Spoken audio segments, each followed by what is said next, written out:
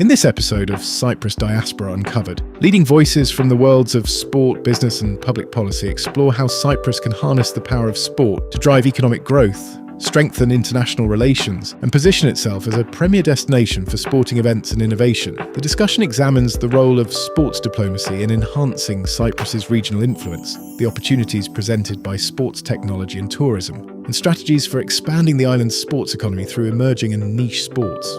This panel discussion was recorded live at the Cyprus Diaspora Forum on May 8th, 2026 at the AMARA Hotel in Limassol, Cyprus. Good afternoon to those of you here that are here. Thank you so much for being here. My name is Andreas Themistocleous. I'm the moderator for this very interesting discussion. I'm the Vice President of the Cyprus Basketball Federation, and I'm also a sport manager by profession. So I would like to introduce our panel, distinguished guests. Allow me to start with our athletes, because I always feel as though athletes should come first. Kyriakos Ioannou, high jumper, as you all know, one of the most established Cypriot athletes, especially in the sport of high jump. Has been in 4 Olympics, has won bronze medal in the World Championships, yes. And of course, Milan Dragovic has been in the finals in the Olympics in the 110 meters hurdles. The only Cypriot to do that, if I'm not mistaken. In sprint events. So, of course, congratulations and thank you to both for being here. Mrs. Constantina Pafiti, who is a member of the Cyprus Sport Organization. Mr. Andreas Athinodorou, who is an accountant by profession. And Mr. George Panagiotakis. Allow me to read. He's a world record holder, 5 times world champion as a freediver. And he's a leading advocate for the future of Cyprus sports ecosystem. And last but not least, of course, Mr. Petros Stavros Hermogenou, I'm sorry. He's a professional tennis coach, an international tennis umpire. As a certified international umpire, Stavros has officiated at the top level tournaments, gathering first-hand insights into the highest standards of professional tennis. So all of us together are going to try and give you some insights about the future of sports in Cyprus. And I would like to start with the topic of sports diplomacy. And I will start, of course, with our athletes. That's why I introduced them first. Kyriakos, ελληνικά ή αγγλικά θα μιλήσουμε? Προτιμάς ελληνικά. Does everybody here understand Greek or should I translate? You don't understand Greek? Okay, I will translate. Our speaker feels more comfortable speaking in Greek, so okay, I will let him speak in Greek and then I will translate so that you understand. Okay. So, just so you know, my question to Kyriakos is that as an ambassador of Cyprus sports and of the city of Limassol, of course, because he's from Limassol, with a great international career, we want to hear from Kyriakos what's his opinion about the sporting events that are now taking place in Cyprus. In terms of the influence they have, we're elaborating on sports diplomacy for incoming sports events and incoming people to Cyprus. So the question to Kyriakos is, does he feel as though Cyprus and specifically Limassol should pursue the establishment of a high-caliber annual event, at least in 1 or 2 sports with local legacy? As you very well know, in Cyprus, we have an outstanding long-time legacy in athletics, in swimming, in shooting. So the question is, how do we utilize incoming sport events to promote our country in terms of sport diplomacy?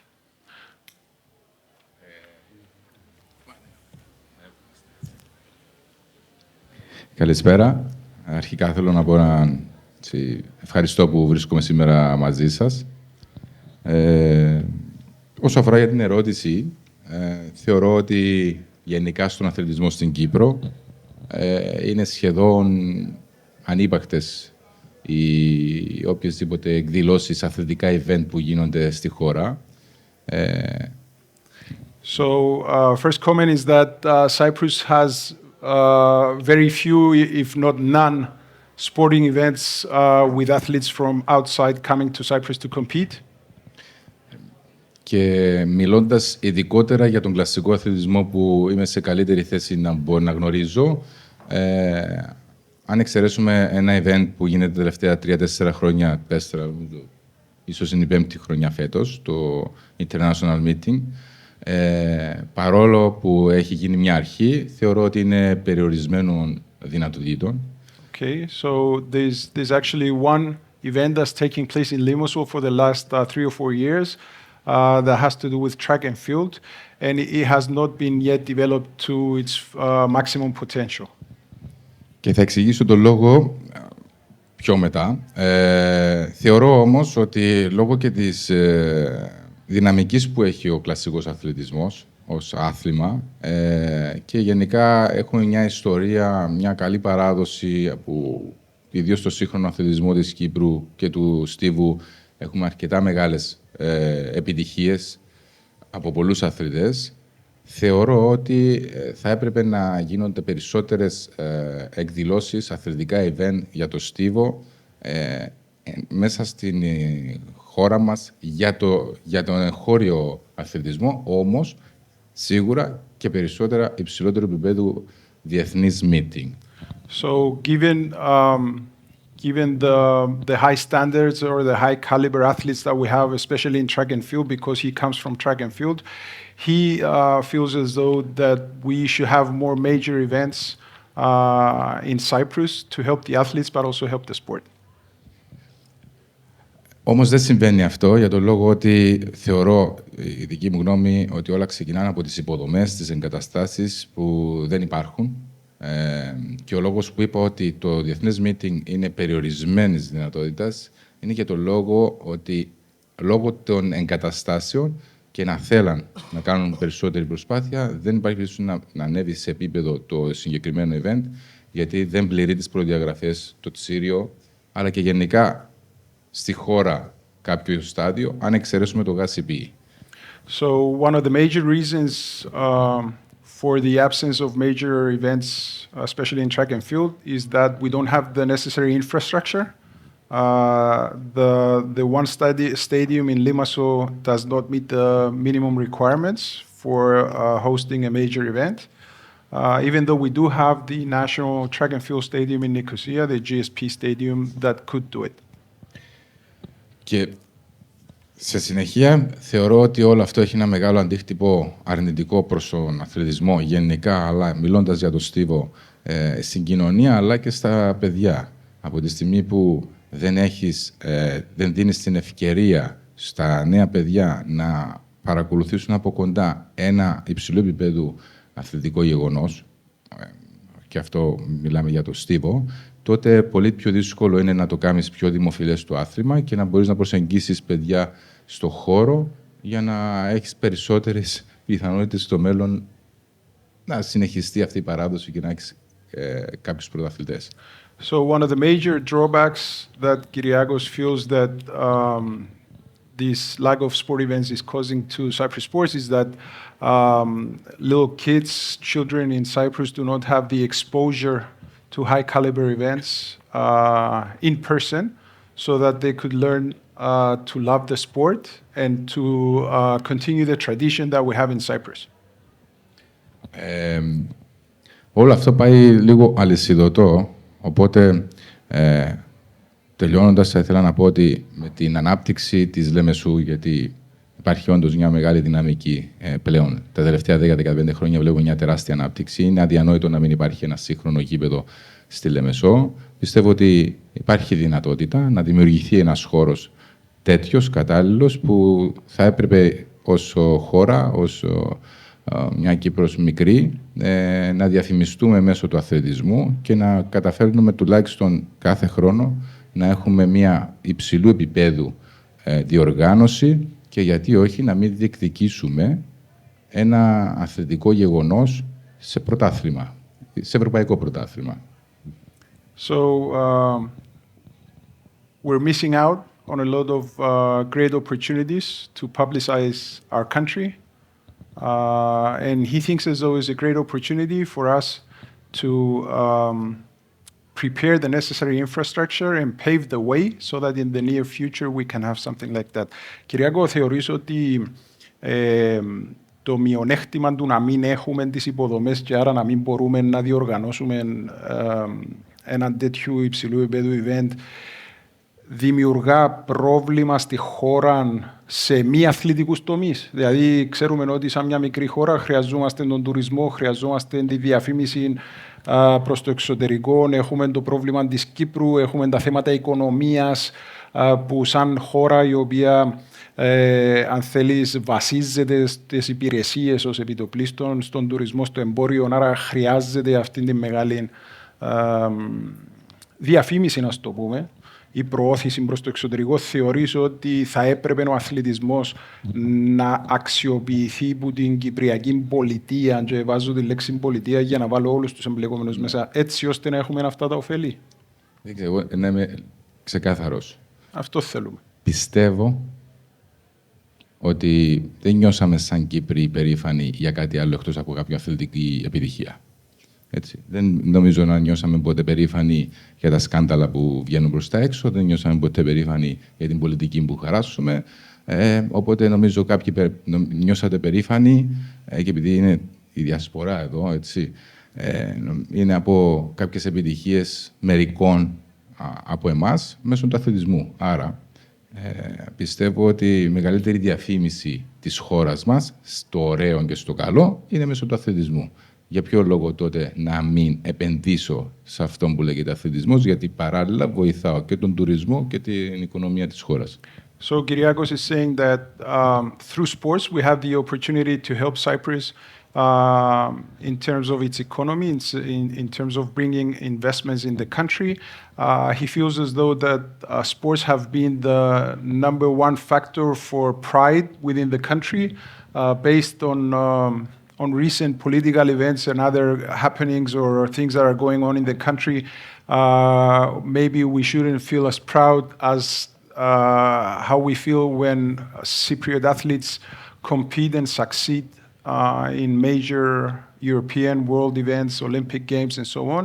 So this is something that we should focus on to make sure that our country is properly publicized and advertised outside of Cyprus. Ευχαριστώ. Ελεύθερα.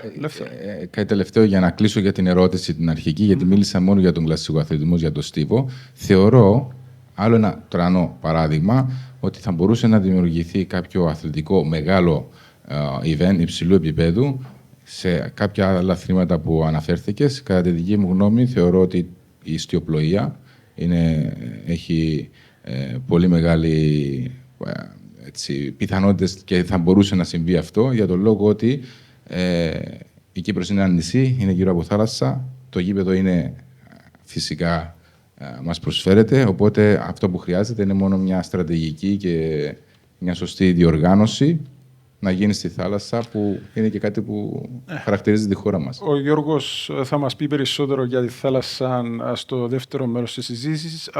Kyriakos is saying that sailing has had a long-standing tradition in Cyprus and is one of the sports that the so-called playing field is the actual sea, the Mediterranean Sea, so it's very easy for us to host major events. And this is something that we should pursue. Ευχαριστούμε. Thank you. So Milan, you've been in many Olympic Games, European Games, World Games, Commonwealth, you name it, you've been there, and congratulations from everybody. We want to hear your take as to how diplomacy works through sports when our athletes go to the big games. What happens there? What are the advantages? What should Cyprus as a whole do to promote Cyprus more when athletes like you, like Kyriakos, and like many more? I know Constantina has played Champions League in women's football, so I haven't forgotten, I assure you. So, Milan has been in the major events, the top of the top. So talk us through what's the experience? What are some steps taken, perhaps from the government or the Cyprus Sport Organization, or as athletes yourself? How do you promote Cyprus abroad when you go to the big games? Good evening. So, when a Cypriot athlete competes at the biggest major competitions in the world, like Olympics or World Championships or Europeans, this is much more bigger than a sporting results itself.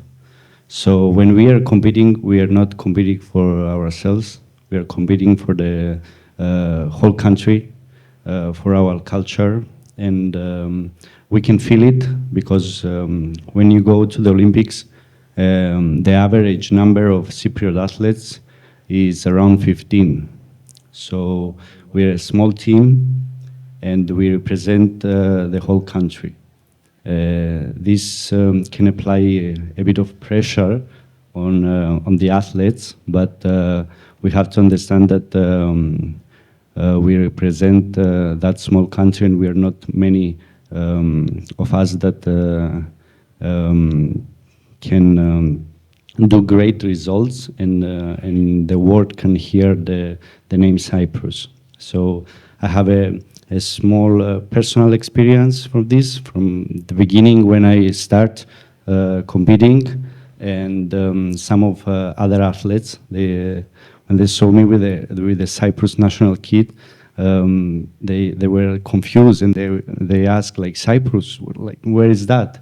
And after some good results of myself, the same athletes came and say, oh, Cyprus is a beautiful country, we check it out, like, we want to come and visit. And this is the athlete, what we are going through when we represent our country abroad.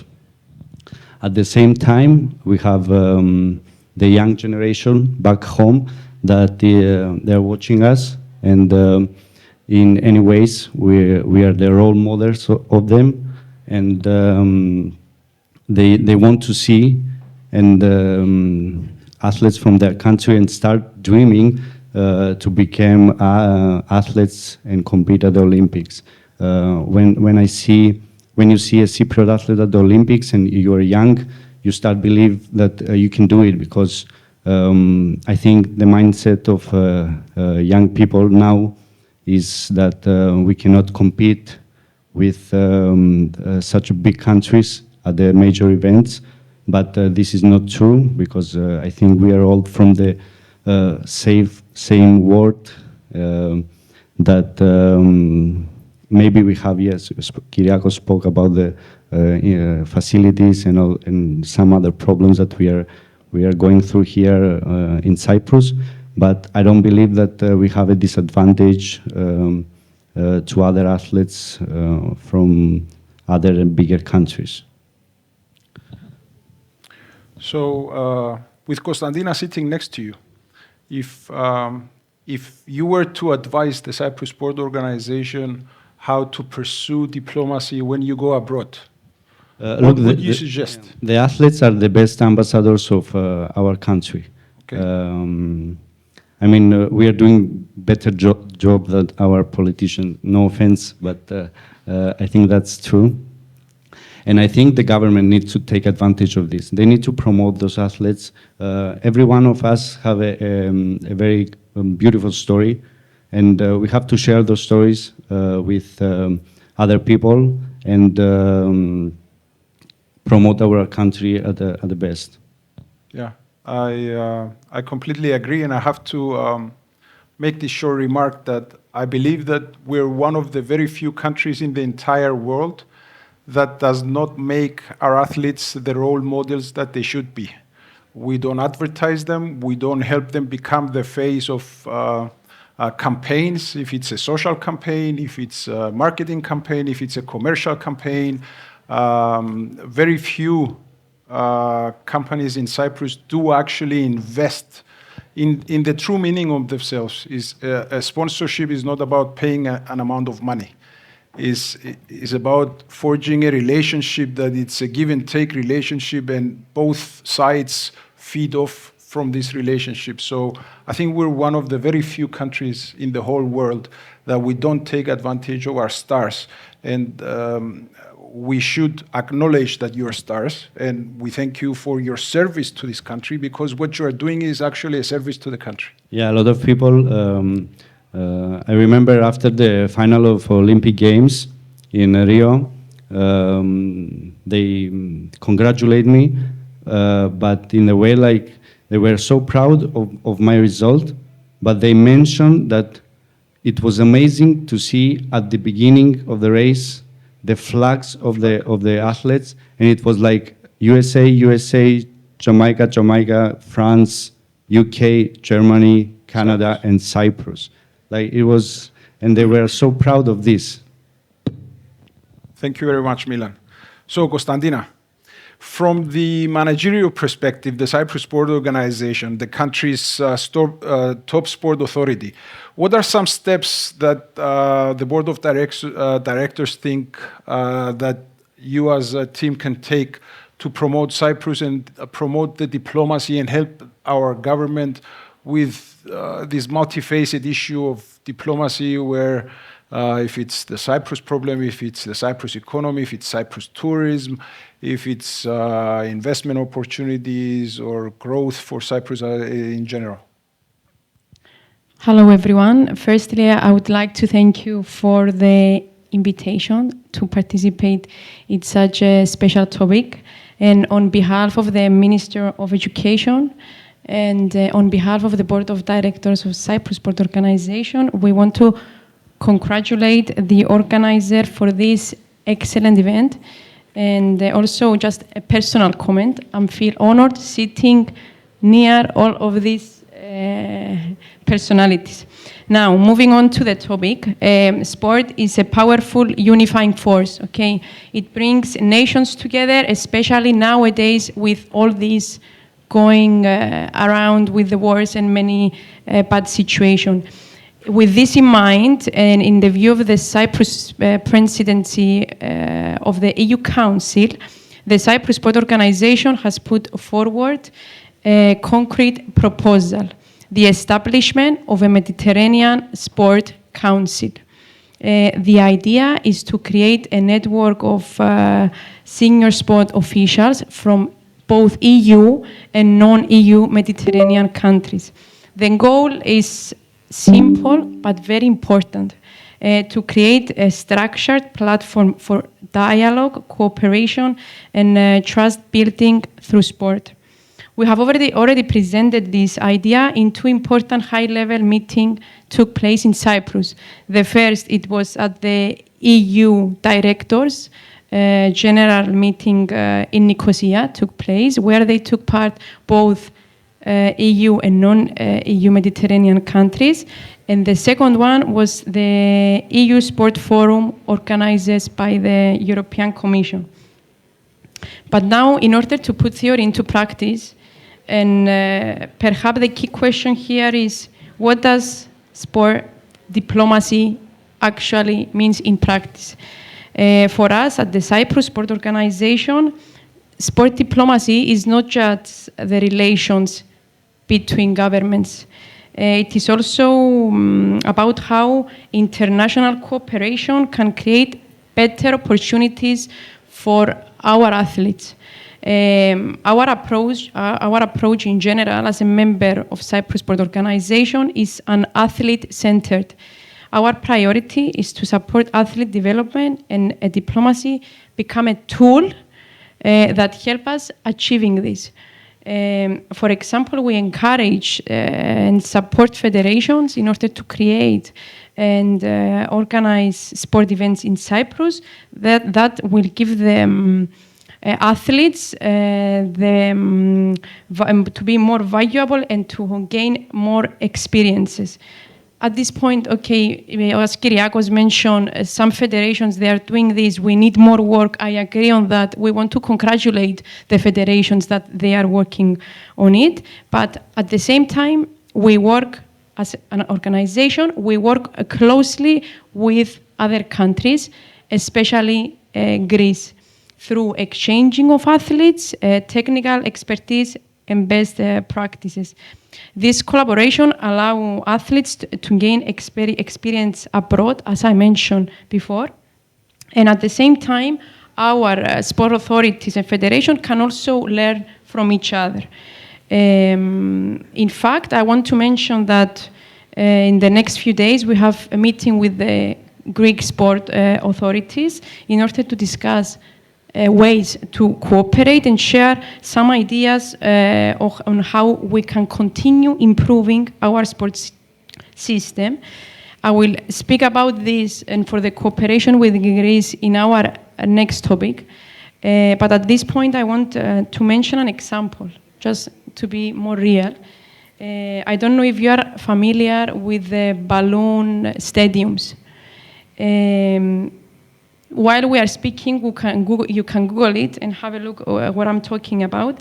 And through the cooperation with the Greek Federation, we found out that the balloon stadium is missing from Cyprus.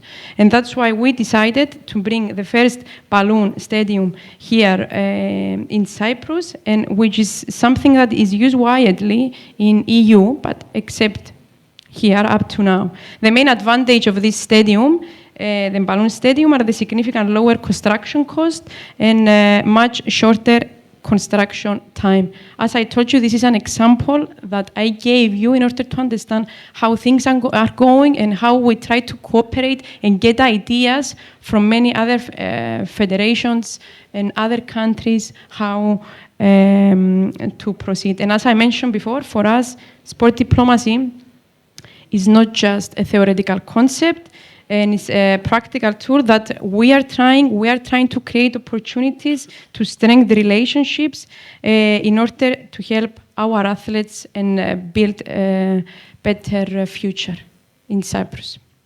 Thank you, Constantina. So moving on to George, and George, of course, you're free to comment on what we discussed, and of course, Kyriakos already gave you a great assist, yes, as we say in basketball. Mm-hmm. You're a world champion in a very difficult and challenging sport, free diving. And of course, like Kyriakos said, the Mediterranean Sea is there for the taking. Yeah, absolutely. So please talk to us about the opportunities and challenges that have to do with organizing events of high caliber, like we discussed, but also discuss, please, in terms of the opportunity to enhance sport tourism in the island. Exactly. Good evening, everyone. Thank you so much for coming here. Mr. Andreas, thank you for the introduction, and I'm very pleased and honored that I'm among people here who represent Cyprus in such a high level. It's a great honor. For those who don't know what freediving is obviously not free of charge. Freediving is 100% a sport that is actually involved in the sea. And some crazy people that actually have to hold their breaths as long as possible and dive underwater as deep as possible. So it's a very extreme sport and very challenging. And Cyprus, I will discuss later in a few minutes, give this opportunity to many people come from abroad to do this sport and explore new ideas and explore new opportunities. And Cyprus offer this to many people. As a freediving athlete, I have traveled to many places around the world. And I discovered Cyprus have something very, very special. Not only from the sports, sports destination, but as a complete experience. When I came for the first time in Cyprus in 2013 to start my business as a freediving instructor and freediving athlete, I wanted not also to discover how to be better in the profession, but also to extend and explore further my athletic abilities, my athletic career. Because I was already came here as a world champion freediver and wanted to discover what Cyprus can give to me to push the limit further. So Cyprus have something really, really special, and many times in Cyprus, we try to compete with other countries in size, but Cyprus can offer something. The very most opportunity in Cyprus is somewhere else. It's in uniqueness.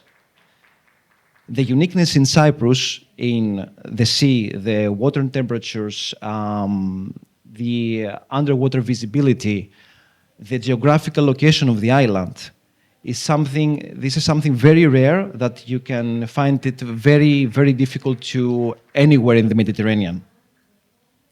So, returning back to the question, Mr. Andreas, Cyprus not only can but should take advantage of these opportunities, especially in the sports like freediving, where the country's natural environment is already a major competitive advantage on its own.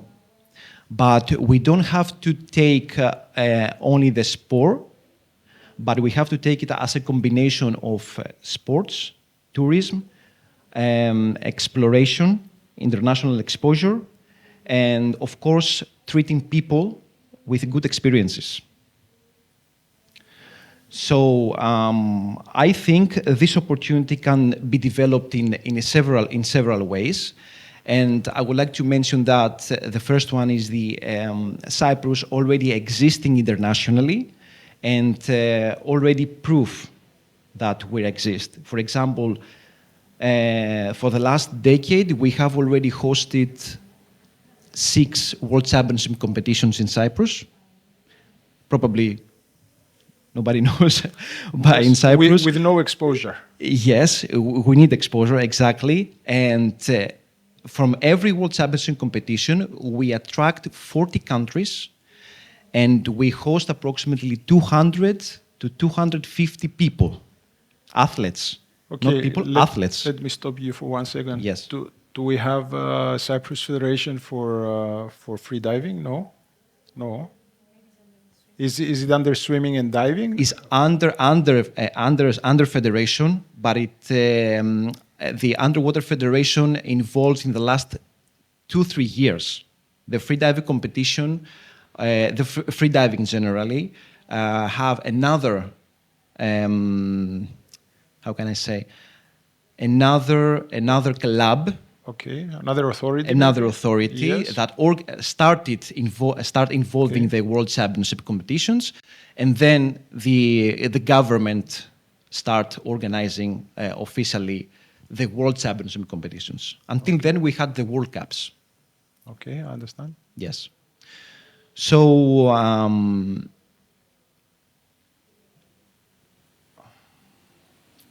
yes. So the first one is the existing existing authority that we have in Cyprus about the World Championship competitions. The second one that is the most important for me is Cyprus as a premium destination. We have warm waters, we have great visibility. The warm waters can give the opportunity to the athletes to do more training days.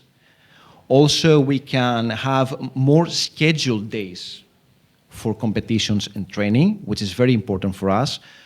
A freediving athlete in a top level, they don't want to come to Cyprus just only for the competition day. They would like to come and stay more. Most of the athletes stay for 20 or even 30 days in Cyprus. And athletes not only comes with the trainers as well, but also they would like to come with their families and explore other activities in Cyprus, which is very important for returning investment in Cyprus. The depth is also close to the shore, which is very important to keep low operation cost. It's very important. In many countries, infrastructure should be built, like in track and field or anything else. But in Cyprus, nature is infrastructure. Nature can provide infrastructure, which is very, very important. Also, the third subject is the sports preparation and training tourism. Half of the athletes, they come here to Cyprus for training camps, not only for competitions. Athletes travel with teams and families, and this creates longer stays and also higher local spending. So when the athlete comes to Cyprus, they bring the families, they bring the teammates, the entire team, and they would like to spend. The most famous country for freediving is Egypt, Sharm el-Sheikh. Yes, we go there because we have great underwater visibility, amazing coral reefs and everything. But if you go there and do your training, and when you go out of the water, there's nothing else to do. Nothing else to do. So I'm ready to spend money, but I cannot spend money there. What I have to see? The camels? Okay, I can do this just for once. But in Cyprus, we can do several things out of the water. Because training is just for 1-2 hours every day. Out of the water, we can do many things. Okay? And Cyprus can support these things. The other thing that is very important is the experience-based tourism. People here comes for training camps, for retreats. We can organize wellness, breath work, how to recover better, how to be more relaxed. It's very common nowadays. So we can take this opportunity. This is a future opportunity for Cyprus.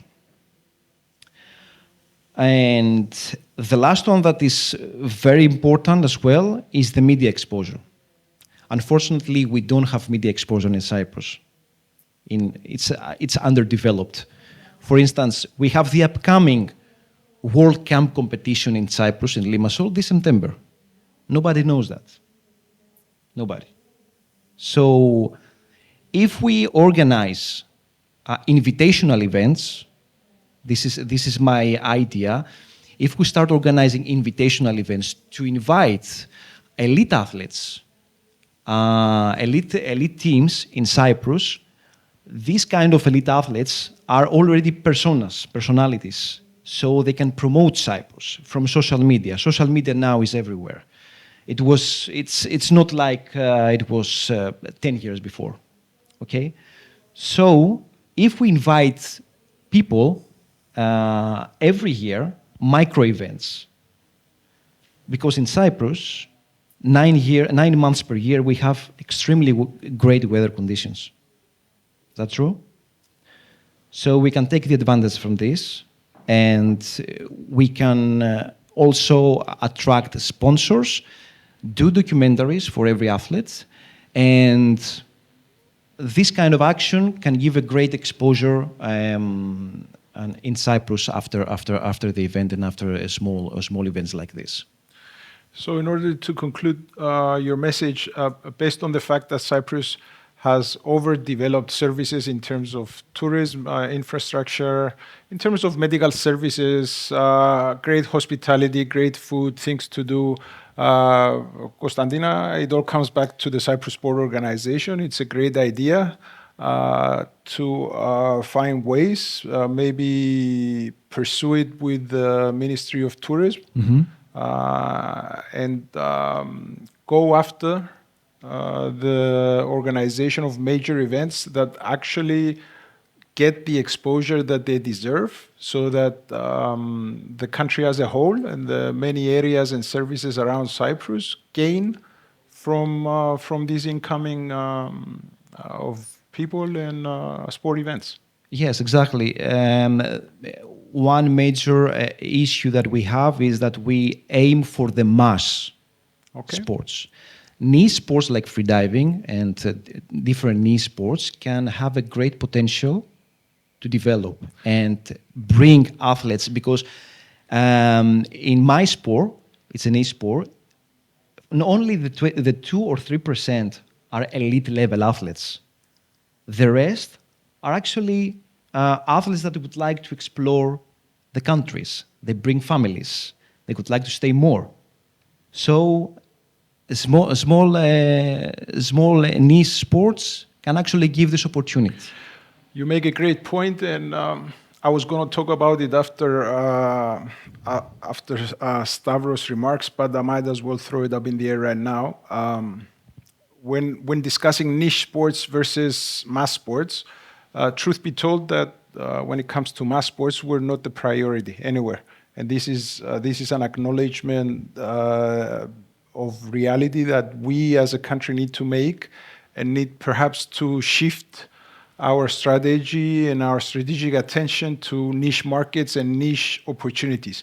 And I'm saying that based on the recent experience we had with organizing the FIBA Eurobasket, of course, in Limassol this past summer.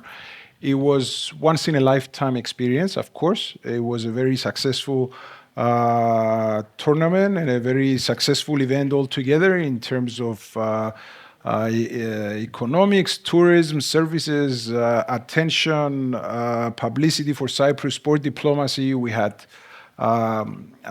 major powerhouses of European basketball come to Cyprus, and obviously Cyprus was in the midst of attention. But like I said, it's a once-in-a-lifetime opportunity. So I don't see football or basketball or any of the other so-called popular events getting this type of hype or attention again in the immediate future. So perhaps it's a good idea to focus on niche opportunities where we can actually make a difference. And if we start small and we start growing on it and advancing the sport and the opportunities and tying it with, like we said, tourism, diplomacy, and so on and so forth, Cyprus can have a sustainable sport future. Yes. Yeah, exactly. Especially because of the weather conditions as well in Cyprus. Are very rare in the Mediterranean. So yes, I firmly believe that if we try to push more and expose more Cyprus through invitational events and sport events, we can take a great advantage from these actions.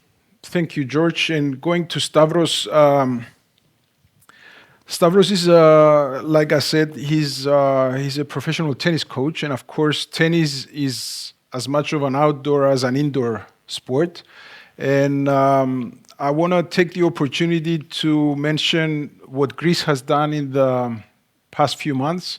They've cooperated with Djokovic, the number one star player of tennis in the rankings, and they brought an ATP event in Athens.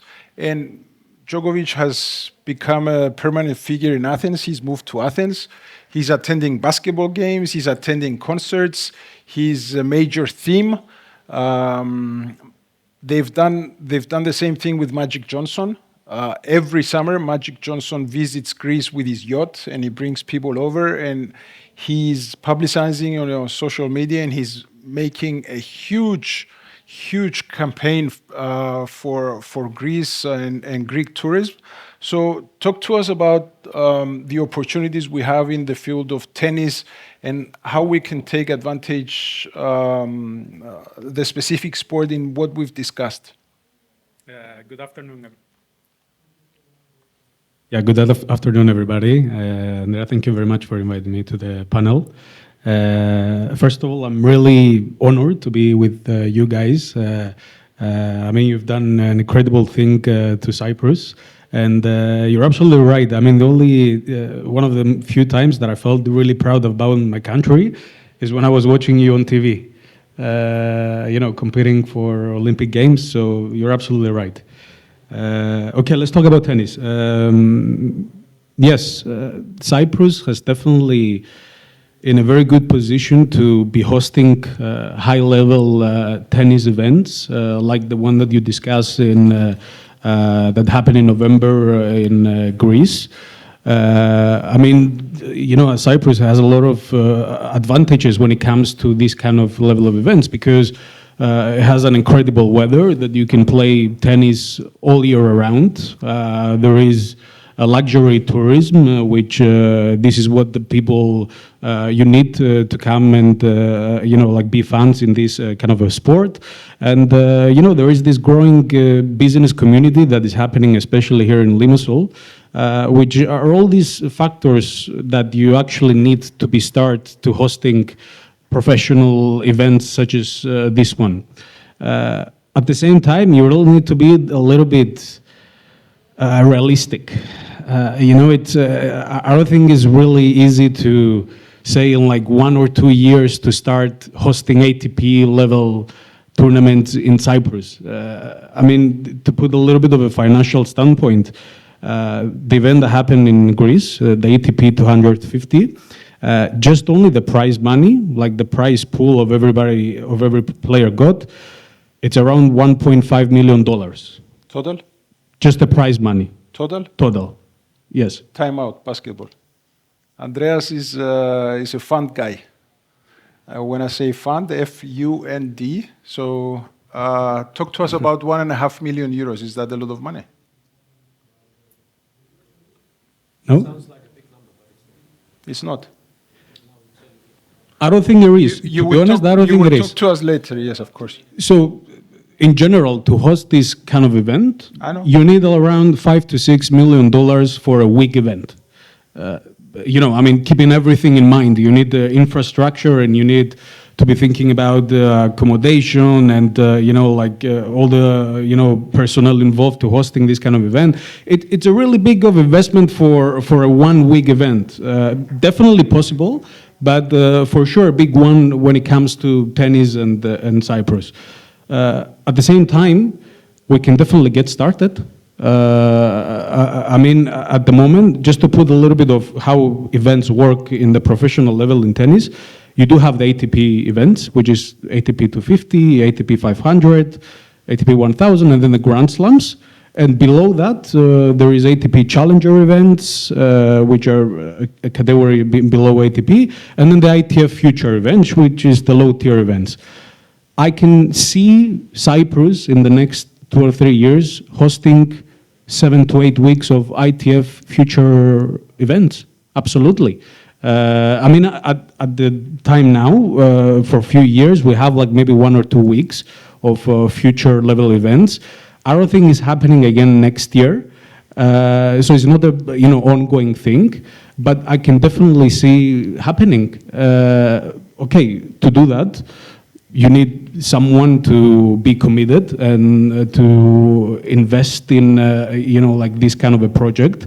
Obviously, we need to update a little bit our facilities when it comes to hosting professional events, because there is a difference organizing professional events and junior events, for example, because there is higher demands in organization and what the players need and so on. So we need a little bit of an update in our facilities and our infrastructure. But I don't see any point of why not doing it for sure. As I said previously, Cyprus became a business hub and it attracted a lot of high net worth individuals. And there is definitely a correlation between high net worth individuals and tennis. So for sure, it's a matter of when it's going to happen. And okay, can I throw an idea in here? Yeah, of course. Feel free to discuss it with me, anybody that wants to pitch in.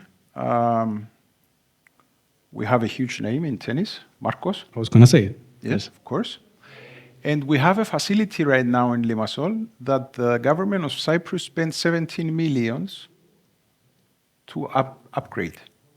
The facility that we played the FIBA Eurobasket in.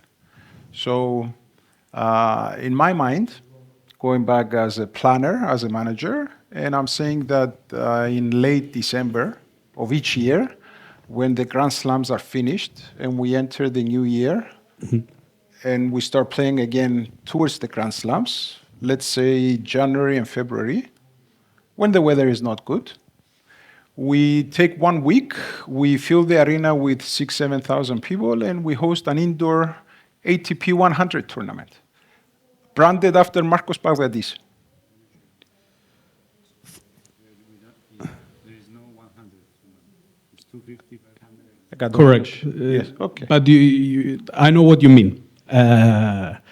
So the arena, just to make sure, are you talking about Palenda sport? There, okay. Definitely can happen.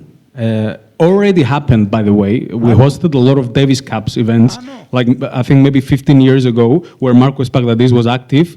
I was in his first game as a junior. Okay. I'm old. Okay. It happened before.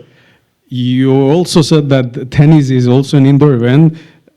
Can be. I feel outdoor events in tennis are much bigger, and it would be a little bit of a shame to host an indoor event in Cyprus, where we have a beautiful weather. But just to make things, like into perspective, the only, like if you tell me let's organize an event next year, I'll be thinking doing it in Palenda Sport, because it's the only place that you can actually do it. For sure, yes.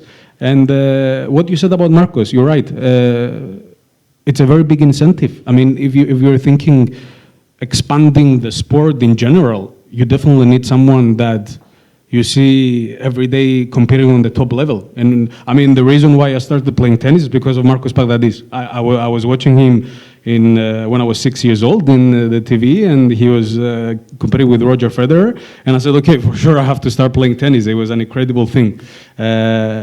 But yeah, to have these kind of players and tournaments and so on, yeah, for sure. Like more tournaments needs to happen. I think makes more sense to me to start hosting lower level of events, also for our athletes. Because they don't really have a lot of opportunities here in Cyprus to compete on a higher level. So imagine if we have like 8 to 10 weeks of future level events. That would be a huge opportunity for our top athletes. Then we get a little bit of rapport. People will start coming in, more professional players, and there is going to be way more interested to host an ATP Challenger or an ATP event. Absolutely. Yes. Since we're talking about the Diaspora Forum, how can we take advantage of all these Cypriots living abroad and their networks, their net worths, their financials, their connections, their presence abroad to attract this, if I may say so, very manageable amount of money that is needed to create an event like this? Obviously, it would take a lot of networking. It would take a lot of convincing towards the International Federation and the tennis sport authorities. But what we're trying to establish within the Diaspora Forum and also from the government going to the Cypriots abroad, it's this kind of connections. It's this type of synergies. We need Cypriots abroad to act as ambassadors, as facilitators, as representatives, as sponsors, not to take their money, not to take advantage of them, but to utilize their presence outside of Cyprus so they can help the country itself. I absolutely agree, 100%. I mean, it's definitely one way of making this happen. Absolutely. I mean, the more experience you have abroad and the more, things that you bring from abroad as Cypriot, you connect the dots and you can definitely make these kind of events happen. Absolutely, for sure. Okay, thank you. Constantina, going back to you. Anything you want to add or comment on what we said? Before you mentioned the Eurobasket, and I want to ask you, what was the key to succeed such event? What do you think? Because you are in the federation and you know. The number one driving factor was the fact that we were able to convince the International Federation that we had the means, the capabilities, and the support of the Cyprus government to host an event that would attract the amount of money that was required, the attention that was required, and have the capabilities in terms of infrastructure and resources to host an event like this. Because when people outside hear about Cyprus, they usually don't understand our capabilities. They don't feel as though, for whatever reason, and probably because it's our fault, They don't feel as though we can actually deliver what we're promising. If we're talking about broadcasting, if we're talking about marketing, if we're talking about commercial, if we're talking about fans, if we're talking about services in terms of teams, high caliber athletes coming to Cyprus and so on. But the number one thing was public relations, personal involvement to convince the people of the authority of the International Basketball Federation that we're capable of doing this. This is where I want to stand, is that behind all of this idea, it was people. People, and sometimes people that they don't even get paid on that. They convince the government, there was a support from government and from everyone, they convinced the government, but behind the idea is people and even people that, of the federations, that they don't get paid. This is where I want to start. Just before you start saying, and I know exactly where you're going with this, there is one key word and one takeaway, and the word is vision. The actual key, the actual hidden message behind everything is vision. If you can, the vision of the people. The vision of the people, yes. Because we can sit here talking a lot about events we should create, we should do, the federations, the government supports everything. We spend money, we invest on events, but we need the people with the vision to see this, to build, and to convince the right people. And this is where we should start. And going on to the infrastructures, as we mentioned, we know that we face a lot of problems. We invest a lot of money. Even I will say the money that we will invest on next question. This is what I want to say. I will not θα το αφήσω αναπάντητο. Ευχαριστώ. No, go ahead. Go ahead, you have the floor. Shall we proceed to the... Μίλα πάντα, είπες θέλεις να μιλήσεις, μίλα. Μετά μπορεί να μου κάνεις την ερώτηση. Now is the time, now is as good as time as ever. Go ahead. So we move on holding the microphone. So we move on to the next topic. Shall I take it to the next topic? Take us to the next topic, yes. Okay, so Andreas, we move to the sport technology and tourism. Am I right? Yes, yes. We've been discussing tourism for a long time. Go ahead and discuss technology. Okay. So sport technology and tourism is an exciting new chapter for Cyprus Sport Organization, and we have taken 3 very important decisions that we are on the implementation stage, and I will mention all of them so you have the information. The first one is the National Sport Tourism Strategy. For the first time, Cyprus is developing a dedicated national sport tourism strategy where the key objective is to promote the development of the modern sport infrastructure, especially designed to support sport tourism. And an example is the master plan of Makarion Stadium, where we're speaking for an investment of more than 50 million.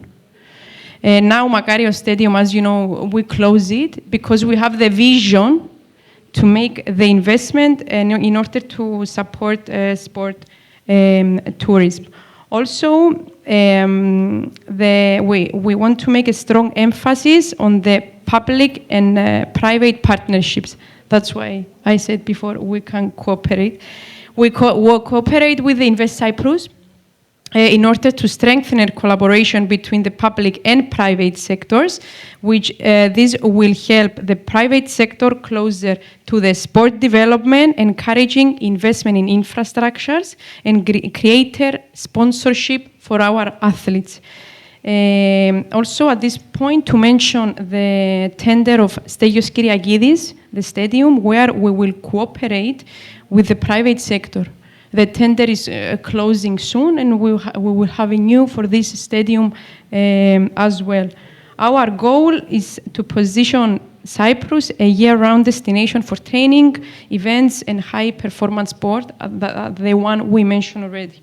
Our second decision on technology is the Cyprus Sport Platform. This is an idea after exchanging knowledge with the Greece authorities.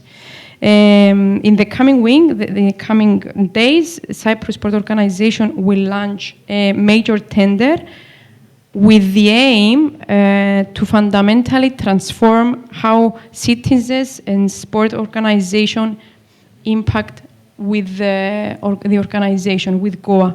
And this will lead to the creation of the first Cyprus Sport Platform. We are speaking for an investment more than $500,000, the platform. It needs time, but the idea is there. We have the tender, and we will start building this platform. What we'll do, we'll collect and utilize data across the entire sport ecosystem. We will support better services for citizens. We will enable evidence-based policymaker. And in practical example, so we can all follow, is that athletes will apply their sport health card digitally. We are in 2026. I think we should proceed to the digital solutions.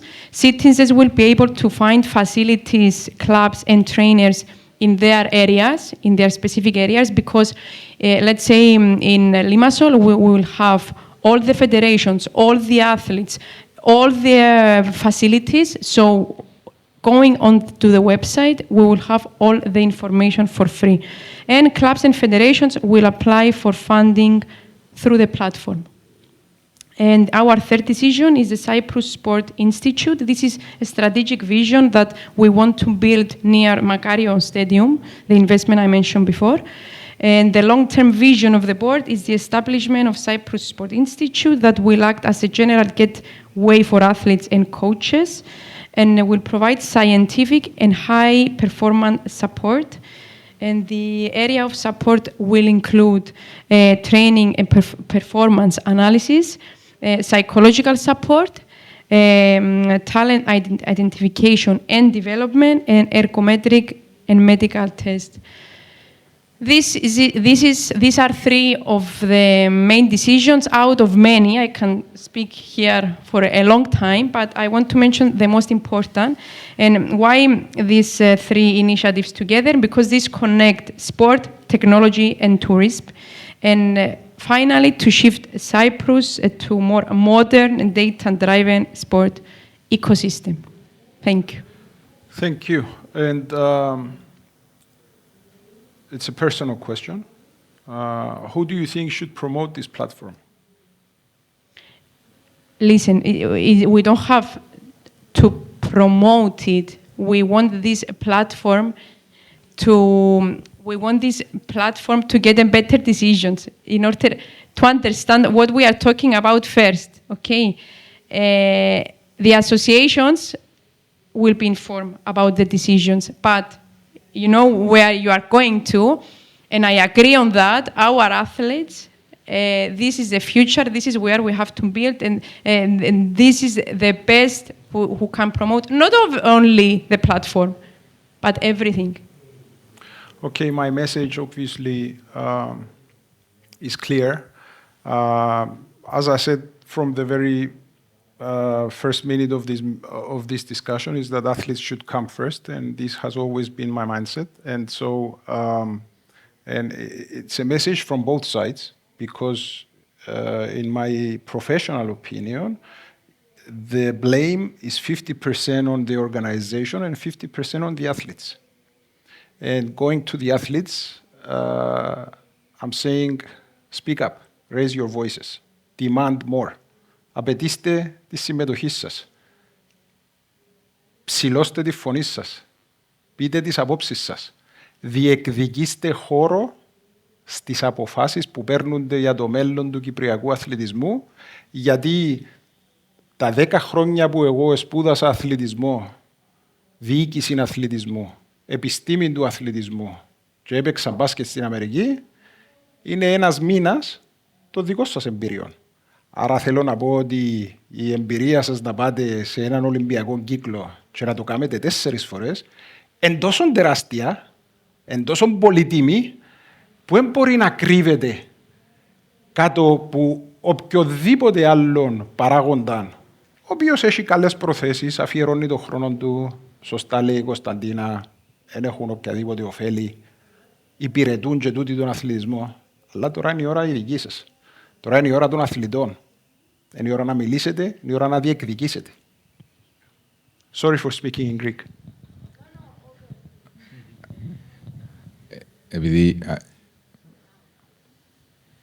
Επειδή αναφέρεσαι σε μένα περισσότερο. Σε σένα, ναι, τον Μίλαν κάπου ακούω τον κάποτε. Εσένα δεν σε ακούω. Πόσο χρόνο είσαι? Πιο μεγάλος. Με άκουσες ποτέ? Άκουσας. Θέλω να πω ότι αν μη τι άλλο, ο μόνος που Μίλαν ήμουν εγώ και νομίζω πληρώνω τώρα. Ναι. Και νομίζω καταλαβαίνεις τι θέλω να πω. Ξέρω. Δυστυχώς ήμουν από τους ανθρώπους που έχω διαμαρτυρηθεί έντονα και το 2008 για τους Ολυμπιακούς τι έχει γίνει. Είμαι ο άνθρωπος που υποστήριξα πολλούς άλλους συναθλητές μου που όταν αυτοί τραβούσαν πίσω γιατί φοβούνταν. Τέλος πάντων, είναι ένα άλλο θέμα συζήτησης. Ας μην το συγκεκριμενοποιήσουμε. Ναι, απλώς θέλω να πω ότι υπάρχει και αυτό το πρόβλημα. Ναι, εντάξει, το να μιλάς πολλά στη... που λέω είναι να είσαι στις απόψεις σου και στην έκφραση της θέσης σου και της εισήγησης σου και της άποψης σου απρόσωπα προς τον κυπριακό αθλητισμό, ασταμάτητα να εκφράζεις άποψη, να παίρνεις θέση. Έχει τίμημα, έχει τίμημα. Θεωρώ ότι έχει λόγο μεγάλων ο αθλητής, ιδίως ένας αθλητής ο οποίος έχει διακριθεί και είναι, τέλος πάντων υπάρχει μια αναγνωρισιμότητα προς το πρόσωπό του, γιατί αν μη τι άλλο υπάρχει και ο κόσμος που τον εκτιμά. Και πρέπει να υπάρχει η φωνή του αθλητή. Δεν περιμένουμε από τον οργανισμό ή από οποιονδήποτε ομοσπονδία να τα κάνουν όλα σωστά. Σίγουρα να γίνουν λάθη, γι' αυτό πρέπει να ακούν οι υπεύθυνοι, τέλος πάντων, τη φωνή του αθλητή, γιατί μόνο ο αθλητής γνωρίζει πολλά καλύτερα από οποιονδήποτε άλλον, μαζί με τον προπονητή του βέβαια, το τι χρειάζεται, τι είναι όλο αυτό για να φτάσει στην κορυφή. Και αυτό είναι ο καθρέφτης. Με αυτόν τον τρόπο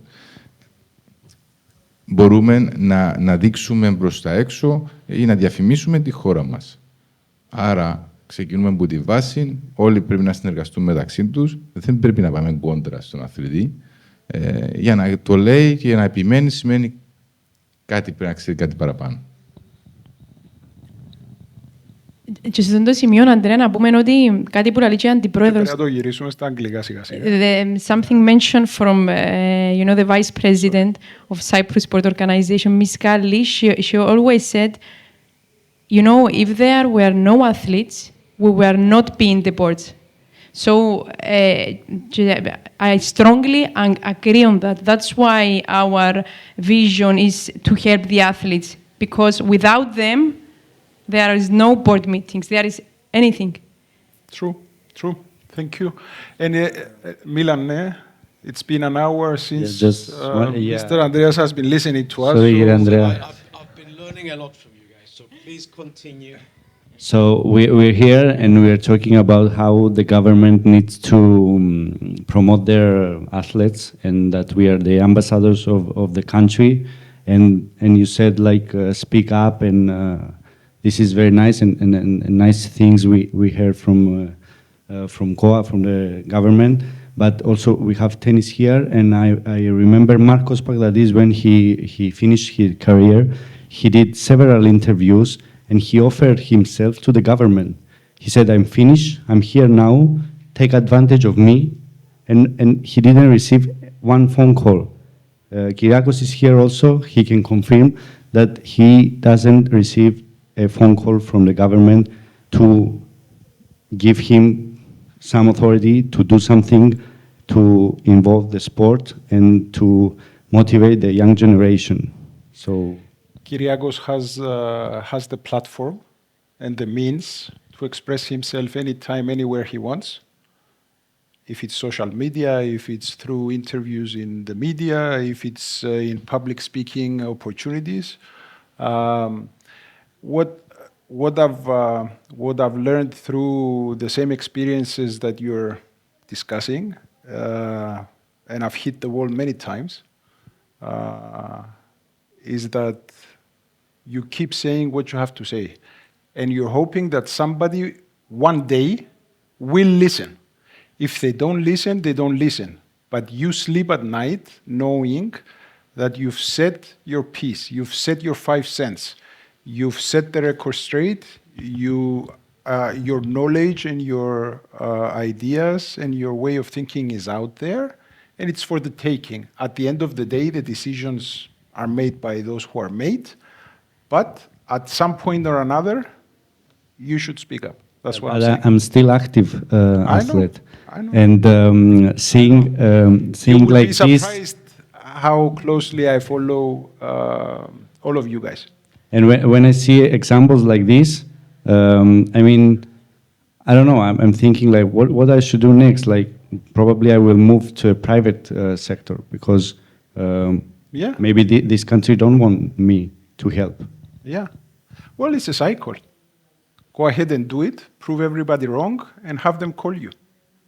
It's an option. It's an option. Kyria Andrea, it's been 1 hour since you've sat there and listened to everybody, and now it's your time to speak.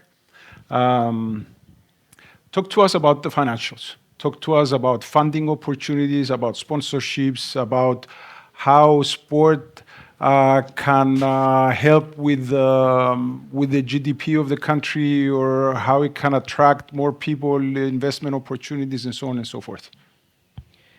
Andrea, first of all, thank you very much for the opportunity to be part of this panel. Allow me the latitude to tell you why I'm here and why I should be talking to you. I was brought up by my late grandfather, who was one of the founding members of Olympiacos. God bless his soul. And one of the things Nicosia. Okay. So one of the things that he taught me, he said, if the world came to an end tomorrow, we as humanity have only two great things to show. The one is our aretes from ancient Greece, and the other one is the Olympic Games. Mm-hmm. So from my side, I'm very honored to be sitting next to 2 Olympians today. We haven't all gone to the same school, so I honor you. And I'm very honored to be sitting with sports people. I am not a sports person, so very happy to be here. Why have I been invited to this panel? I ended up getting involved in a number of ventures that gave me an insight to your world from a financial perspective. So I run a company that manages the image rights of sports people and celebrities at the highest level. I'm not a football fan, but I represent some of the biggest football players and football clubs. I used to be a racing driver, but I ended up representing some of the most famous F1 pilots. I've never played tennis, but I know some of the best tennis players. And I'm beginning to realize that sports is beyond running, jumping, etc., etc. It has a much, much wider meaning. I was invited to get involved in sports-related investments, and I realized the economics and the huge vastness of it. And I have also been exposed working at the level of governments, especially in the UAE, Abu Dhabi, involved in the presentation of the sports vision of a country that wants to become a sports destination, but beyond that wants to have sports as a pillar in the shaping of their society and the future generations to come. So allow me to say something about you guys not being an athlete. So I have a friend who is a freediver. So somebody watching freediving on television can probably not appreciate the things that are going on inside you. When you actually go below the 20, 30 meters, you lose your gravity pulls you down, your mind plays up on you, your emotions, your fears come up, etc., etc. And she taught me so many things that are so valuable in surviving in today's world. Now, I have my team here. I always tell them 30 seconds is a long time to take a decision and to solve a problem. And this was a lesson that I learned by a free diver. You know how long 30 seconds? Imagine if you don't have that extra 30 seconds to come to the surface. So sports diplomacy at the personal development is one thing.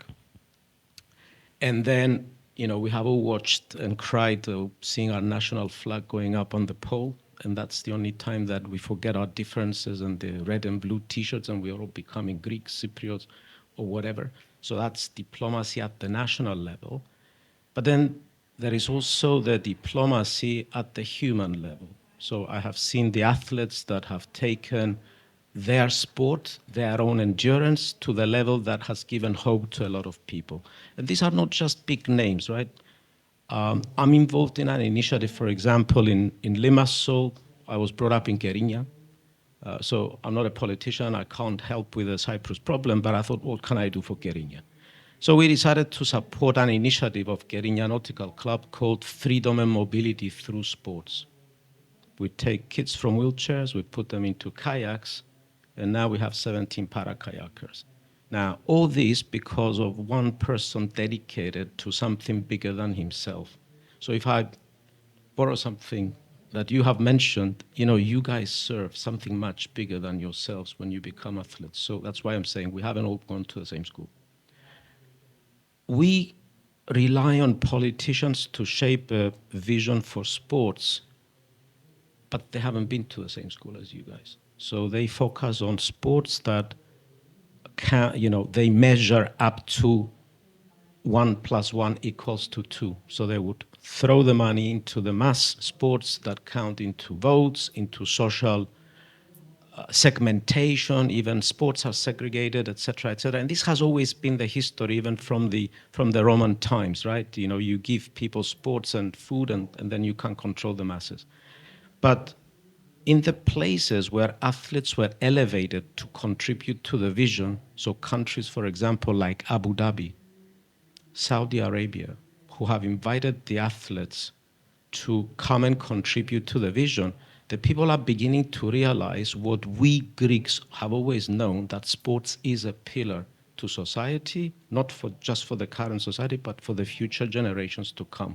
So this is the bit, Andreas, that I would have to agree with you that you guys that have invested time in developing to become Olympians and sports people, you have a duty to actually hold that vision for us who are not the same. We haven't been to the same school as you have. So let's try and unpack all these things into money. Every athlete at the highest level seems to have two types of values. The one is their time in the performance of a specific event, where they earn money on the specific event, but then they seem to have a value based on the name that they have built for themselves, the image rights, etc., etc. With the advent of technology, we are beginning to realize that there is a third value beyond their image rights, which is called their character and their personality. And studies have shown, and it was proven, for example, on the documentary of Drive to Survive in Netflix, that people who are not interested in F1 driving ended up watching the documentary because they were interested to see what the lives of F1 pilots were, not in the actual cockpit, but actually when they were not in the cockpit. And studies have also shown that the image rights of people, for example, like Leo Messi at the football level, are much higher for his off-pitch time than his time in the pitch. And personally, I'll be very much interested to know how Kyriakos has developed to be Kyriakos and how Mark has developed to become the Olympians that they are, and then filter all that back to society, and technology allows us to do this today. So, for example, we are working on a project at the moment. It's a media platform which allows the athletes that are going to the US Football World Cup in 2026 to monetize their off-pitch time by broadcasting to channels that will be paid service to subscribers. And when I looked at it, I thought, oh my God, who's going to pay now to hear? And then the numbers that we're looking at are huge. So there is a lot of money in sports, guys. 1.5 million is actually, unfortunately, the peanuts that they throw at the athletes, while the media companies, the sports agencies, the sports-related funds, the Redbirds of this world, etc., are making the billions. Okay, so let's step out of the scarcity thinking. There is a lot of money to be made. The problem is the allocation. So there is a lot of money in football, but there is maybe not a lot of money in track and field, and there is maybe not a lot of money in free diving. So is there a mechanism that we can come up with that kind of allocates wealth from a field that generates from the masses, but can also give back to people as we're all part of a society? Now, there's a gentleman here in the diaspora, I'm very surprised that he's not part of this panel, who actually developed this mechanism for Australia, and he was paid to develop this mechanism for another 2 countries in the Pacific Asia rim. Cypriot of Australia, his name is James Dimitriou, very well known at the highest rankings of sports federations, where he developed the concept of World Sports Foundation, but with a way to look after wealth for athletes. So in a simplistic way, athletes may have an active career from the age of 18 to 30, where you actually earn your money, and then you have a post-active career from your 30 plus, and history has proven that most of the athletes end up broke, drugs, or under a, bad divorce with a gold-digging wife chasing their money. So the mechanisms have developed to actually create income for the athletes during their active career through image rights, through media, etc., place them in wealth management mechanisms under a foundation where part of that money can actually go to charity, can go to noble causes, okay? So taking money from somebody that is coming from football and going into the good things that benefit everybody in terms of sports, but also supporting initiatives or less, let's say, popular sports. And these mechanisms are already being implemented by forward-thinking countries like Abu Dhabi. Abu Dhabi is actually creating this. One of the countries that is investing heavily in sports is Saudi Arabia. Saudi Premier League is headed by a Cypriot. Did you know this? So Koran, who's actually a Cypriot Lebanese, is Cypriot. He was brought up here in Limassol. The guy that took Formula One to Abu Dhabi, and Abu Dhabi became Yas Island Formula One, is Cypriot, and he's actually here in the diaspora. Peter Abrams, yeah. So within this room here, you have people that actually have touched money, vision, influencers, decision makers that can actually finance exactly what we have been talking about. But we are in a place at the moment where there is, let's say, 2 levels of vision. And you know, I'm not making a political statement. I don't want this to sound like a foul-mouthing the efforts of the current administration or of people like Constantina, but there is a vision which is about what we have, about how to make things a bit better, and then there is a vision of actually bringing sports back to its roots. I mean, personally, I feel very insulted when the Americans or the Europeans look at us Greeks and say, oh, we don't trust you to make it, because this is where the Olympic Games actually originated from. I was part of an initiative of returning the Olympics back to Greece. When we looked at the economics and they said Greece cannot afford it, I said, no, there is a way of doing it, which is bring the games back to its motherland, and then let's have a competition every 4 years of which country to host the games in our country. And then they abide to our values. So no more 1980s, we banned the Russians because of politics, no more we ban so-and-so because we don't like their color of skin, etc., etc. So the reason why I'm mentioning this is because we are not any people making these discussions. We are all Greeks. We have all been part of the origination of what you guys stand for. So the vision that you guys can bring, to the sports game is much, much more than any other athlete in the world. And taking it back to economics, one of the things that I take back with me from these 2 days that I have been in diaspora is that Cyprus is developing beyond just a place to come buy a house, etc., etc. It's becoming a hub for many things. There is people with money coming here, so there is source of funds. It becomes a connection place to many places, especially now with the geopolitics in the Middle East. We're seeing a lot of things that will be moving back to Cyprus, but we're going to see also many things that will connect to Central Asia, Europe, and even potentially America.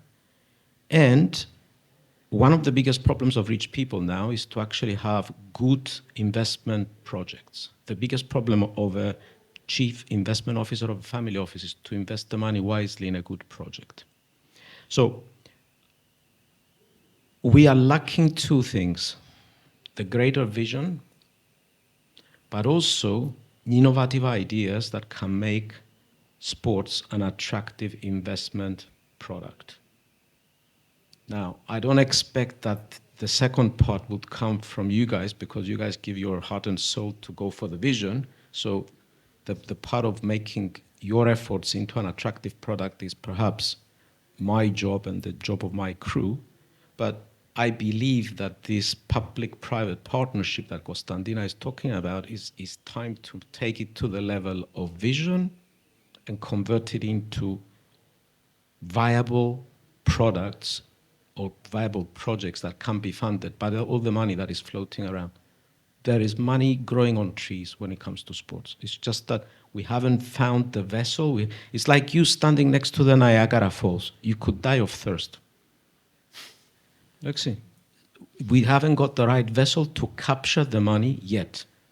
But when you go to Saudi Arabia, somehow anybody who does any kind of sports, he gets millions. And it's not because they have more money, huh? They have taken people from Cyprus to go and build it for them. So let's reverse.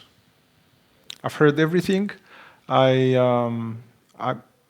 must say that when you're discussing about reallocation of resources, I have to say there's existing programs that are doing that right now in the same manner that you're discussing. For example, there's a solidarity fund within football, within FIFA.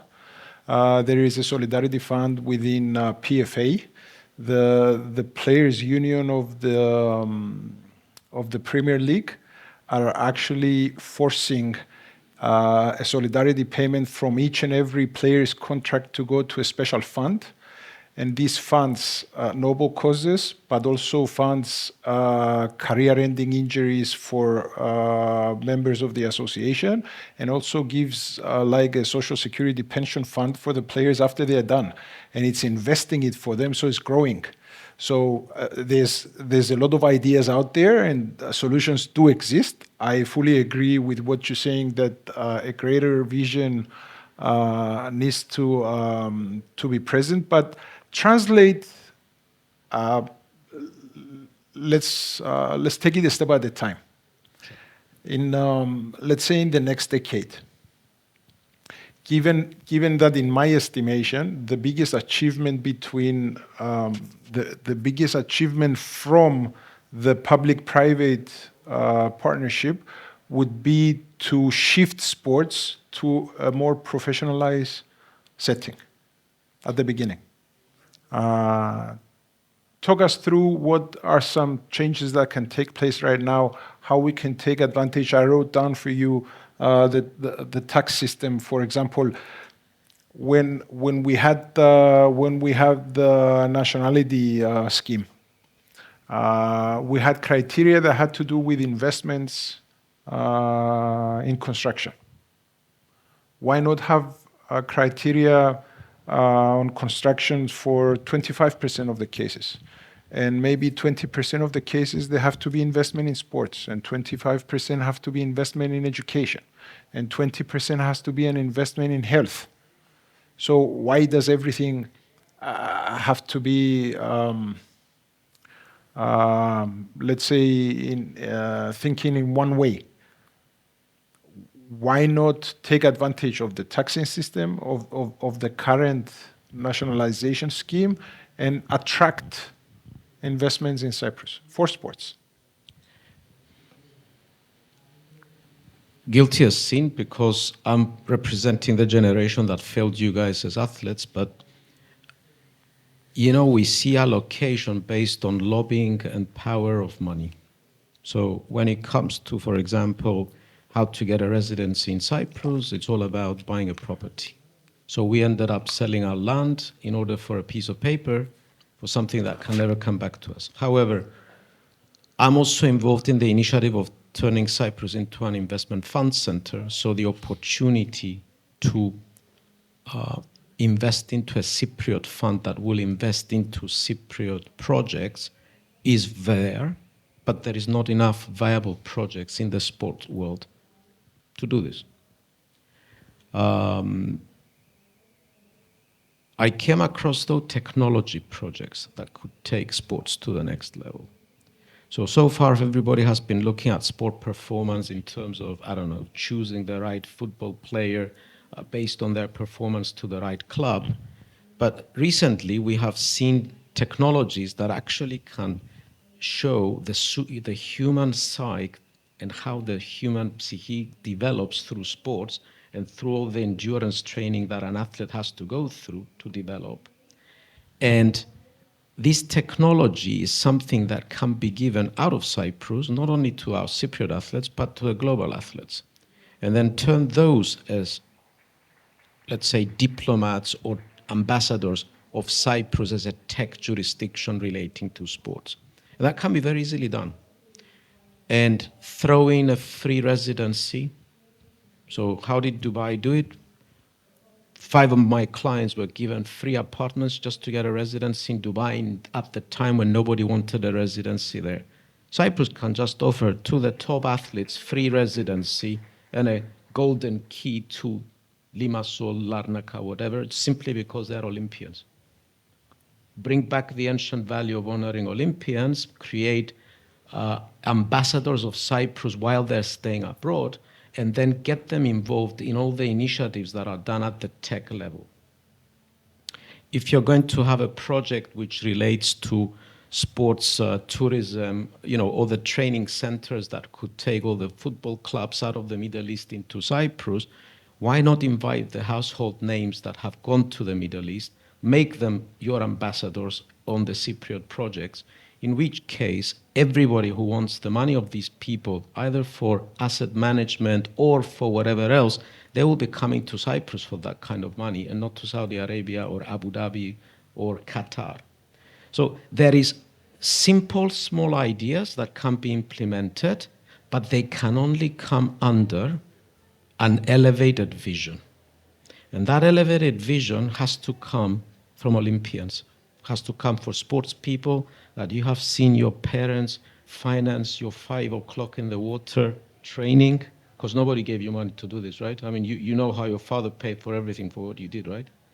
Now, this has to come from inside you. So I am here to support, and I really, I'm doing a lot of the hard work from outside to bring some of these ideas to Cyprus with people who have already done it. James, Peter, and a number of other initiatives, but I will have to agree with Andreas that at the end of the day, speak up. Don't be silenced, and don't be scared if you feel that you'll be sidelined in the beginning. Who gives a toss about the people that would sideline you? Who remembers somebody who served office in politics, but everybody would remember an Olympian? Yeah, I mean, you guys are part of history. You're not... in the ancient Greek tradition, there were 2 types of people, mortals and immortals. You guys have crossed the line, right? So I'm not talking poetic here. You know exactly what I mean. People will remember you, but at the same time, you have an obligation to this vision. Yeah, there is money. They don't get it just yet. Well, look, I don't get it either, because we have been brought in a country that has been under slavery for 500 years, 400 years. We have been taught to believe that we lost the war. We have been taught to believe that we are less than others. when everything that exists out there actually originated from what these guys did. It's as simple as that. There is a very, and you know, of course, being older, no offense, that there is a very bad culture in Cyprus as to belittle the achievement of others, not allow growth and not give the respect that is due to people who have done something. So if I cannot reach you, I might cut you up to my size, yes, so that we feel yes, we're equal. Yes, and that's why they don't get it yet.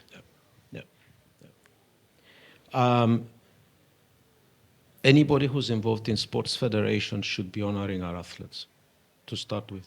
Excuse me? Anybody who's involved in sports federations should be honoring our athletes. You know, our heroes for the next generation should be the Olympians, our athletes. I'm not interested in the Kardashians. You know, I want to see, you know, you guys actually giving values to my kids, right? Now, somehow, I'm not sure where that starts from, but somebody has to do it and speak up for this. You know, I mean, I don't know what age you are, but, you know, when I grew up, I used to read comics like Blake, the freedom fighter for the Americans, and Spivas, you know, and, you know, the fighters of ancient Greece. Our kids need these guys now because there is nothing else out there. So sports diplomacy is not just about representing Cyprus out there and have that 10 seconds crying on the national anthem, but it's actually building the blocks of the next generation. And this has to be part of a vision. Yeah. I'm not sure if this answers your question about money, but you know, I mean, I could go really hardcore financials and talk about money, but no, I think the audience is much more suited for this kind of or discussion. Obviously, if you want to go ahead and discuss money, is no problem. But I think it's much more interesting if we're discussing the social aspect of money and exactly what you described. In one of the visitors in the conference today, who's a Cypriot diaspora, he's the head of ultra high net worths, Fanos Theophanos. He's somewhere out there, head of Barclays, very well known guy to everybody. Go and ask him, who are your best clients? And he's going to say sports people, and I'm looking for sports people. So somehow sports people have a way of generating wealth because of who they are, because they actually live in systems that can support this generation of wealth. We have done it through Cyprus for international prayer. I mean, I have a lot of clients, but the one that I can openly talk about is Usain Bolt. So Usain Bolt is one of my clients. He came from a very small island, smaller than Cyprus, from a much, let's say, less privileged family than perhaps most of the Cypriot families. He didn't even have shoes to run. And then he was signing deals of 300 million for a pair of shoes with Puma. Okay, but that money, part of it went back to his country because of who he is, but a lot of it actually stayed in these kind of international structures that we are talking about to promote sports and values. Good. Thank you very much for the input. As we're reaching the end, actually, we've gone past the time that we're allowed, but we started late, so... Apologies. No. If everybody has the patience, we can go one round. Anybody that has any closing remarks, and if you want to say something, discuss something different, or just add whatever you want. Yeah, very, very nice conversation and great ideas that you discussed. And yes, the most important part from our conversation today is the personality that we have to put as athletes in the world, except the performances that we have to do already. Okay, we train, we do with a lot of passion, but our personalities, we have to put our personalities out there. And we have to create this history for the future generation. Thank you very much, Constantina. Basically, while listening to this very interesting topic, it took me 30 minutes, as Mr. Andreas said, to take 2 decisions. He said 30 seconds. Seconds. The one is that because in Cyprus Sport Organization, we are sitting on the table where we take decisions about all the sports in Cyprus. I decided if you would like to, the first idea, like my friend Andreas is saying, the first idea is that if you would like to come at Goa for a discussion, because we have already the cooperation with Invest Cyprus, we are trying to cooperate with the private sector. We can arrange for a meeting so we can discuss all these and put theory into practice. And the second decision is that because the athletes, we have to listen to their voice, it would be a good idea if we create a committee of Cyprus Sport Organization and the athletes. So we will discuss everything with the athletes and they will share their ideas and we can proceed together. I don't know how you find. The third idea would be that you set the meetings at the same time, one after the other, so that Mr. Andreas has the opportunity to help the guys afterwards monetize their value. We can do the meeting all together then. Afterwards.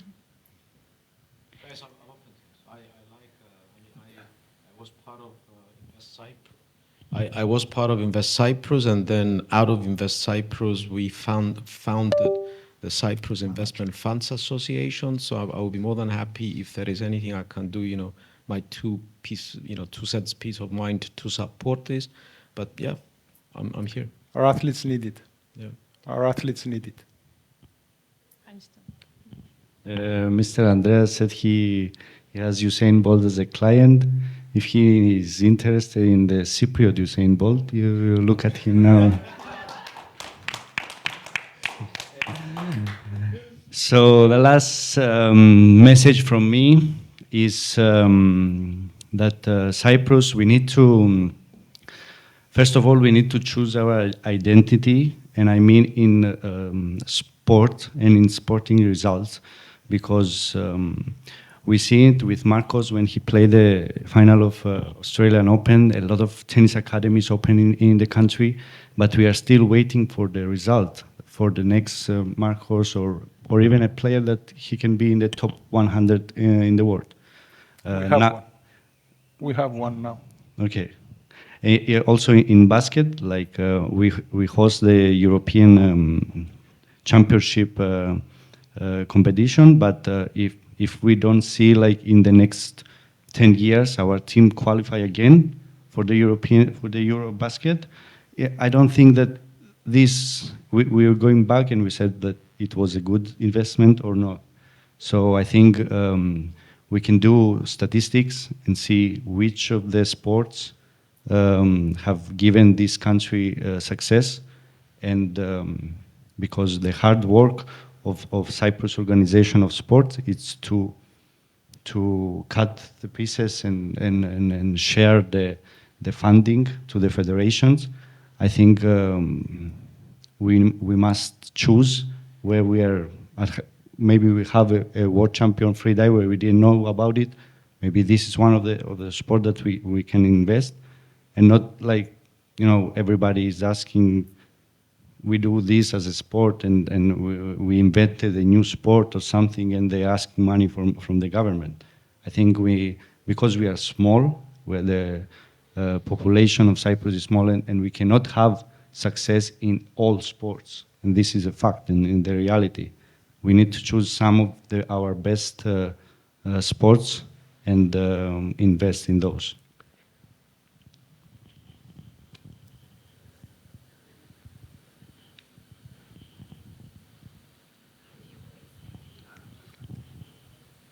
Εγώ θα ήθελα να συμπληρώσω, αρχικά θέλω να συμφωνήσω απόλυτα το ότι έχουν πει οι προηγούμενοι ομιλητές. Απλά θέλω να σταθώ λίγο στο θέμα αθλητισμός, διπλωματία και ακόμα και για την οικονομία. Εγώ έχω σταματήσει εδώ και 7 χρόνια την καριέρα μου. Ο Μάρκος έχει σταματήσει νομίζω πριν 8 χρόνια. Οι επιτυχίες μας ήταν 2006, 2007, 2008, 2009, 10-11, τελευταία ήταν το 2016, δηλαδή πριν 10 χρόνια. Η αναγνωρισιμότητα που έχουμε εμείς, η δύναμη σαν αθλητές, αυτό που έχουμε κάνει στην καριέρα μας, είναι για την επόμενη δεκαετία στο παγκόσμιο στερέωμα. Δηλαδή, οι γνωστοί, οι φίλοι, οι επαφές που έχω εγώ αυτή τη στιγμή είναι ήδη σε κάποιον πόστο, σε κάποιο ρόλο στις χώρες τους, στις ομοσπονδίες τους και σίγουρα δεν θα είναι για πάντα. Κάτι που δυστυχώς υπάρχει στην Κύπρο, γιατί κάποια πρόσωπα έφυγα από την Κύπρο το 2004, γύρισα το 2021-2020 και κάποια πρόσωπα είναι μέσα. Άρα θέλω να πω ότι αν δεν αποφασίσουμε, και δεν βάζω μόνο τον οργανισμό, γιατί ο οργανισμός είναι ένα κομμάτι, οι ομοσπονδίες είναι οι υπόλοιποι, οι συλλόγοι είναι οι υπόλοιποι. Αν δεν αποφασίσουν να θέλουν να αλλάξουν αυτό το κομμάτι, ήδη θα παίρνουν τις αποφάσεις, ήδη θα είναι εκεί και δεν θα υπάρχει ποτέ εξέλιξη. Για να υπάρξει εξέλιξη, αν δεν δώσουμε ρόλο σε αυτούς που μας εκπροσώπησαν στο ψηλότερο επίπεδο, κάτι θα ξέρουν περισσότερο. Αν περάσουν κι άλλο τα χρόνια, οι επαφές αυτές θα χαθούν, δεν θα υπάρχουν και δεν θα υπάρχει ποτέ η εξέλιξη. Και ο Μίλαν εδώ είπε ότι η τελευταία επιτυχία ήταν πριν κάποια χρόνια. Δεν είδαμε όμως τον επόμενο Μάρκο. Μπορεί να υπάρχει τώρα ένα παιδί στην πρώτη εκατοστάδα, αλλά μετά από 20 χρόνια. Σημαίνει ότι κάτι λάθος πήγε διαχειριστικά.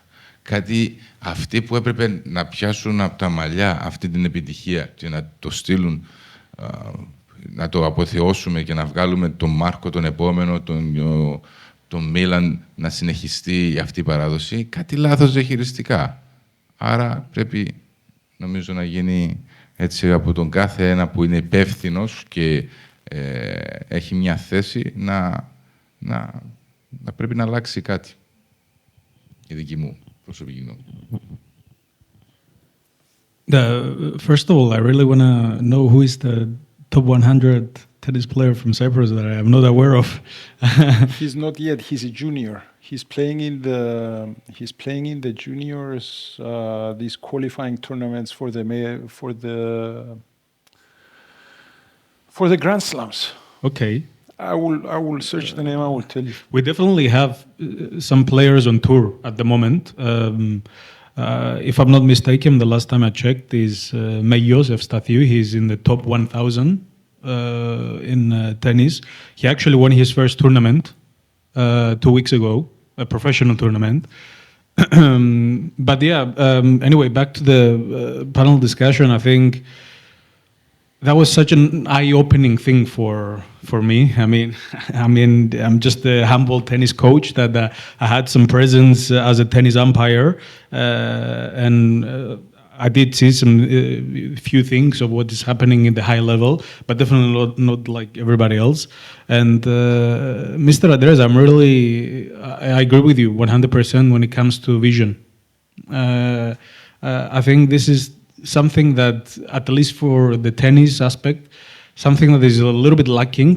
I don't think we have a lot of people that they have this vision that many things can happen in Cyprus. Obviously, we have Marcos Pagdadis, and he's doing a lot in Cyprus. He can definitely do more, but he's still there, and he's definitely a legend in the sport. But yeah, vision is something that can improve, and why not? You're right. If it's happening in Saudi Arabia, why not happen in Cyprus? 100%. So, yeah. So from my end, in concluding and in closing, first of all, I want to thank everybody. It's been a wonderful discussion, very interesting. I'm a little bit disappointed that we didn't have more people listening in to what we're saying, because I think there were a lot of valid points and a lot of helpful insights that could go a long ways if the messages are carried to where they need to be carried. And I will do my absolute best to do that.